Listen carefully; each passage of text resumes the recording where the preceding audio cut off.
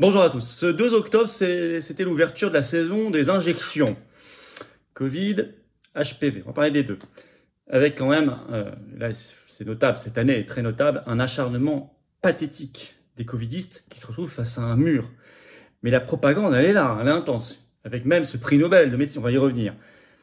Mais il n'y a pas que cela. Je vais vous expliquer en général et sur le HPV, ce qu'on constate par rapport à l'avant-Covid, et je vais vous le prouver par des articles de presse qui sont toujours en ligne par rapport à l'avant-Covid, un effondrement de la liberté d'expression et d'information, pourtant absolument nécessaire. Mais ce qui est intéressant, c'est qu'ils se retrouvent très souvent face à un mur. Beaucoup de gens ont compris beaucoup de choses. Et ne se laissent pas voler leur consentement.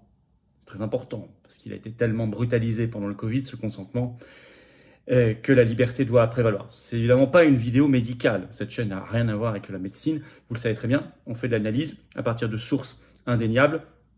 Et ça reste politique, mais politique au sens majuscule, le P majuscule, au sens noble du terme.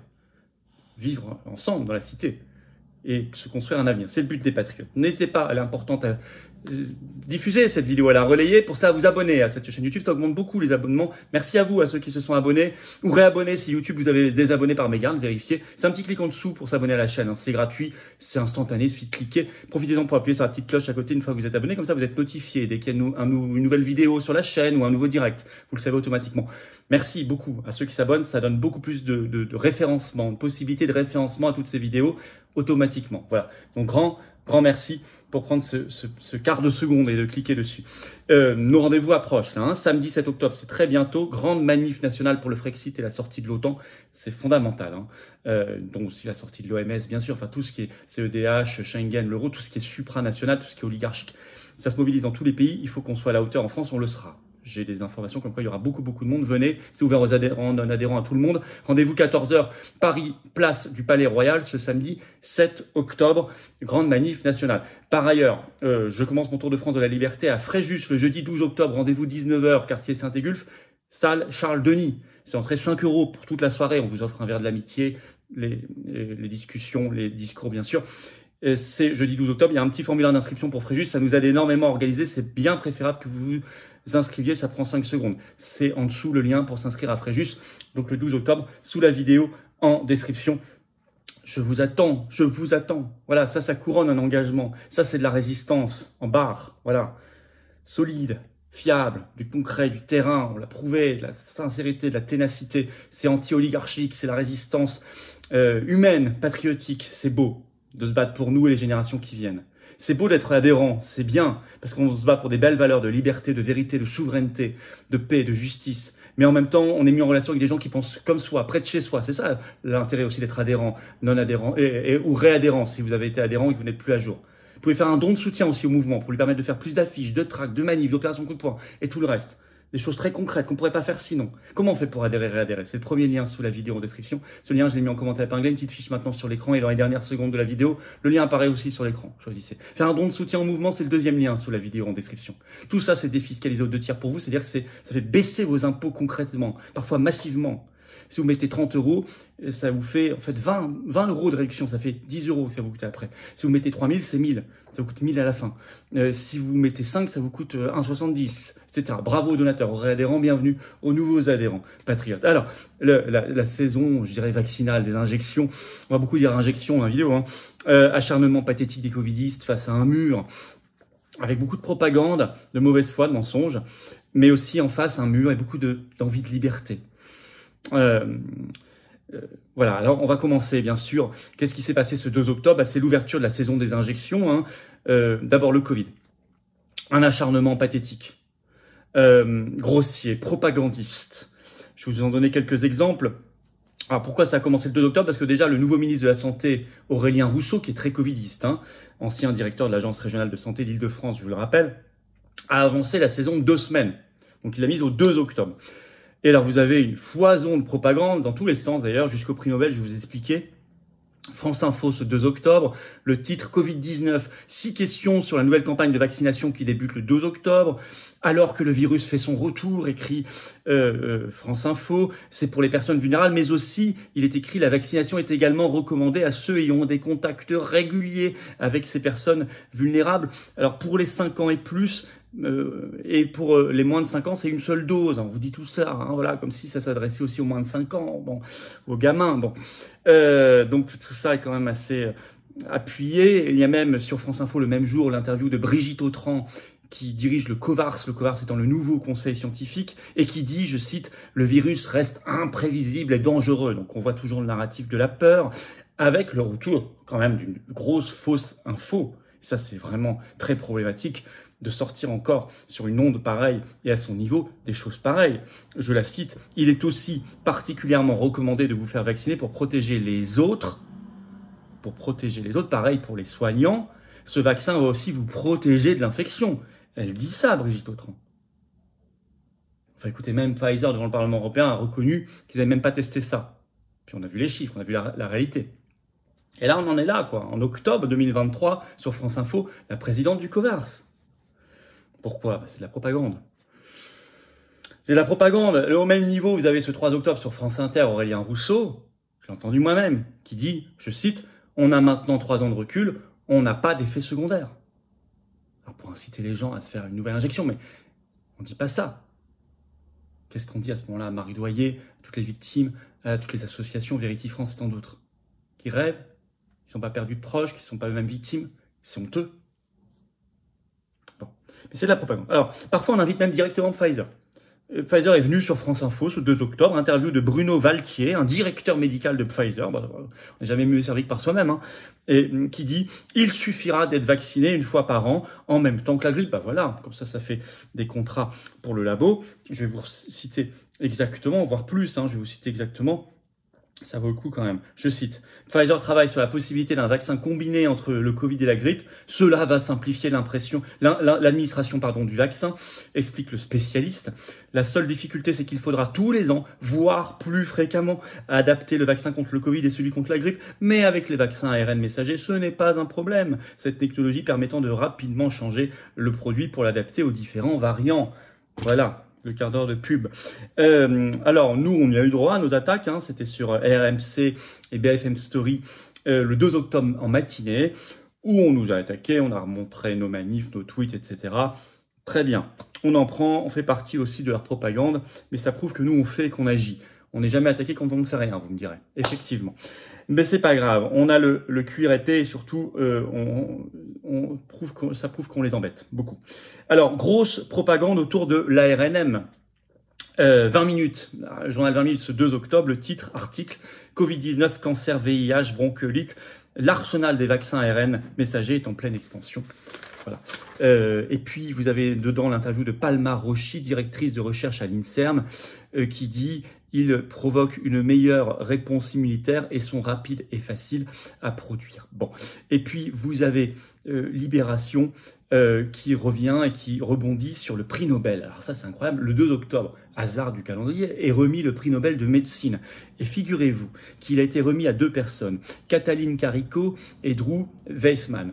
Alors, Katalin Karikó et Drew Weissman ont été récompensés pour leurs travaux, je cite, hein, sur l'utilisation de l'ARN dans la conception des vaccins, notamment celui contre le Covid. La boucle est bouclée, mais c'est mieux que ça. Katalin Karikó, elle est vice-présidente de BioNTech. Pfizer, BioNTech, c'est ensemble pour faire le produit. Elle est vice-présidente. Formidable. Prix Nobel de médecine. Alors là, le prix Nobel, soi-disant, maintenant, clôture le débat scientifique. Ils n'ont pas dit la même chose sur le prix Nobel Montagnier. Où là, ça ne voulait rien dire. Mais Libération, le 2 octobre, écrit, je cite, « Il y a eu des débats sans fin. » Non, justement, il n'y a pas eu de débat. Ils étaient interdits. Eux, ils disent, il y a eu des débats sans fin sur le vaccin anti-Covid. Le sujet est clos par ce Nobel. Ah bon. Donc, on peut considérer aussi que si le Nobel vaut tant que ça, celui du professeur Montagnier valait tant que ça aussi. Mais non, là, il paraît que non. Bon, vous voyez, bon, c'est la propagande jusqu'au... Mais ils sont face à un mur. Et là, on voit tout a changé. Même la presse doit le reconnaître, rageuse. 20 minutes fait un article ce 1er octobre. Le titre, c'est « Qu'on nous foute la paix ». la campagne vaccinale s'ouvre sur fond d'indifférence, et je cite 20 minutes, voire de méfiance, d'une partie de la population qui ne veut pas ou ne veut plus se faire injecter. Beaucoup ne veulent plus en entendre parler, écrit même 20 minutes, qui parle de, je cite, colère, indifférence, et évidemment désinformation. Mais enfin, ça c'est leur point de vue, mais colère, indifférence. Et ça, vous avez des reportages partout là-dessus. Les gens ne veulent plus. Bah oui. Et puis, c'était le cas aussi d'Aurélien Rousseau sur France Inter ce 3 octobre qui le déplorait. Donc, c'est pour cela qu'il y a tant de mensonges, de propagande et de coups de force, mais c'est pathétique. Mais en tout cas, si les gens veulent plus, ou très peu, c'est bien parce qu'il y a un éveil, une réflexion, principe de liberté qui s'impose beaucoup plus. Alors, l'autre saison des injections qui ouvre ce 2 octobre, c'est le vaccin HPV. Alors là, c'est impossibilité d'en parler sur le fond, contrairement à ce qui se passait avant. Là aussi, grosse propagande, là aussi ça a ouvert le 2 octobre. Alors Ouest France le 2 octobre, papillomavirus, coup d'envoi de la vaccination de collégiens dans certaines régions, avant d'être étendu à tout le territoire, c'est précisé, c'est en classe de 5e, ça leur est proposé, c'est pas obligatoire. C'est maintenant, depuis 2007, c'est recommandé pour les filles, depuis 2021 aussi pour les garçons. Le Huffington Post, le 2 octobre, fait un article aussi de propagande. Hein. Je cite, le vaccin contre le papillomavirus est aussi important pour les garçons, voici pourquoi. Donc là, il martèle beaucoup. Il faut l'accord des parents. On va y revenir. Mais un aveu sur bfmtv.com ce 1er octobre de Laurent Kaufmann, qui est secrétaire fédéral SGAN CFDT, un syndicat de l'éducation nationale, et qui dit « ce ne sera pas massif ». Là aussi, on sent quand même que maintenant, il y a un principe. On veut faire respecter le consentement. Les gens, il y a eu la brutalisation du Covid qui a réveillé des gens. On le voit aussi là-dessus. C'est même un aveu. Mais silence radio, alors qu'avant, c'était dit avant le Covid, sur d'autres aspects de cette injection. Je reprends un article qui est toujours en ligne, qui était sur TF1 Info, le 26 novembre 2018, donc avant le Covid. Le titre « Ce vaccin n'est quand même pas anodin. Faut-il se méfier du garde d'asile ?» Et il citait dans l'interview qui est toujours en ligne, hein, c'est TF1, hein, une oncologue, Véronique Chabernaud, qui disait « Un vaccin aux effets secondaires pas anodin ». Et puis vous aviez Science et Avenir qui avait fait un papier qui est toujours en ligne, le 25 novembre 2013, « Vaccin HPV garde d'asile, des effets indésirables connus depuis 2009 ». C'était dit à l'époque. Maintenant, vous n'avez plus un seul papier là-dessus. Hein. Je cite, Science et Avenir, c'est toujours en ligne. Des risques, en effet, connus depuis 2009, date à laquelle des neurologues australiens ont les premiers à rapporter une possible association entre cette injection et la survenue d'une pathologie neurologique par atteinte de la myéline. Cet épisode démyélinisant atteint donc la myéline, cette sorte de gaine autour des fibres nerveuses. Lorsqu'il touche le cerveau, il peut être responsable d'une sclérose en plaques. C'était écrit. Vous voyez, c'est toujours en ligne. Hein. Ça, c'est Science et Avenir. Hein. Je ne vais pas aller chercher Complot Magazine. Hein. Bon, ok. Donc, je vous ai cité TF1. Vous savez, Sud-Ouest avait fait un papier le 31 mars 2022 en disant « Japon, le pays relance son vaccin controversé ». C'est eux qui l'écrivent dans le titre. Hein. Ça, controversé contre le cancer du col de l'utérus. Pourquoi on parle du Japon, mais on n'en parle plus maintenant? Parce que le Japon l'a interdit pendant 9 ans. Entre juin 2013 et ils l'ont remis en 2022 seulement. Et l'article précise « Des procès là-bas sont toujours en cours ». Mais pourquoi ça ne s'est pas dit aux gens, aux parents, aux gamins de 5e, là, à leurs professeurs, ou je ne sais pas. Pourquoi ça c'était dit avant le Covid, pourquoi ça n'est plus dit maintenant? Les labos qui ont pris de l'importance. Bon, donc il faut compter en face, en conclusion, sur la responsabilité de chacun, notamment des parents. C'est tout. Chacun fait ce qu'il veut, mais enfin, principe de responsabilité. On peut quand même constater que les covidistes ont largement perdu du terrain, hein. Même s'il faut rester très prudent et vigilant, et nous le sommes, et combatifs, prêts à la désobéissance massive et à l'organiser si nécessaire, s'il y a la moindre coercition. Mais enfin, quand même, il faut constater qu'ils ont perdu du terrain. Nous devons nous battre plus que jamais pour les principes de vérité, de liberté, de justice. Et on le fait. Et on ne lâchera pas l'affaire. C'est pas pour rien que j'ai fait une plainte pénale contre Ursula von der Leyen sur ses SMS, sur ses contrats, justement. Voilà, il y a eu du nouveau d'ailleurs là-dessus. Je vous en dirai plus quand ce sera plus formalisé, mais je vous tiens au courant, en tout cas ça avance. Écoutez, partagez cette vidéo, elle est importante, je crois. Relayez-la, donnez-lui de la force en vous abonnant si vous voulez bien à cette chaîne YouTube. Vous cliquez sur s'abonner en dessous, c'est un clic, c'est gratuit. Ça aide énormément à la viralité, à la force et au référencement de ces vidéos. Donc de tout ce travail. On va aller chercher de nouvelles personnes, on va les toucher. Elles vont découvrir notre travail, devenir résistants peut-être. Donc merci pour ce petit clic. Vérifiez que YouTube ne vous a pas désabonné. Réabonnez-vous s'il vous plaît, le cas échéant. Je vous attends, les rendez-vous arrivent là. 7 octobre, samedi, là, 14h Paris, Palais Royal, le rendez-vous. Un manif national pour le Frexit et la sortie de l'OTAN, ça va être gigantesque. C'est notre libération. Prospérité, paix, sécurité, avenir, liberté. Magnifique. Venez très nombreux. Jeudi 12 octobre, Je commence mon tour de France de la liberté par Fréjus, dans le Var. Salle Charles-Denis à Saint-Égulphe. Rendez-vous à 19 h, c'est 5 € pour toute la soirée, on vous offre le verre de l'amitié, tout. Ça va être formidable, j'ai hâte de vous retrouver. Dans les deux cas, je fais une grande dédicace de mon nouveau livre, hein, Paris 7 octobre, celui-ci. Et vente sur place, tout ce qu'il faut. Et le 12 octobre. En plus, par ailleurs, pour Fréjus, il faut juste s'inscrire, un petit formulaire en lien sous la vidéo en description, si vous voulez bien vous inscrire pour Fréjus, ça nous aide beaucoup à organiser. Je vous attends, patriotes. Cette carte orange d'adhérents, de réadhérents. Si votre adhésion a plus d'un an, qu'elle n'est plus à jour, pensez à réadhérer. Si vous êtes un nouvel adhérent, bienvenue du fond du cœur, vous allez voir, dans le plus grand mouvement souverainiste et de défense des libertés et de la vérité de France, largement. On est présent partout, métropole, outre-mer, à l'étranger, partout, venez maintenant.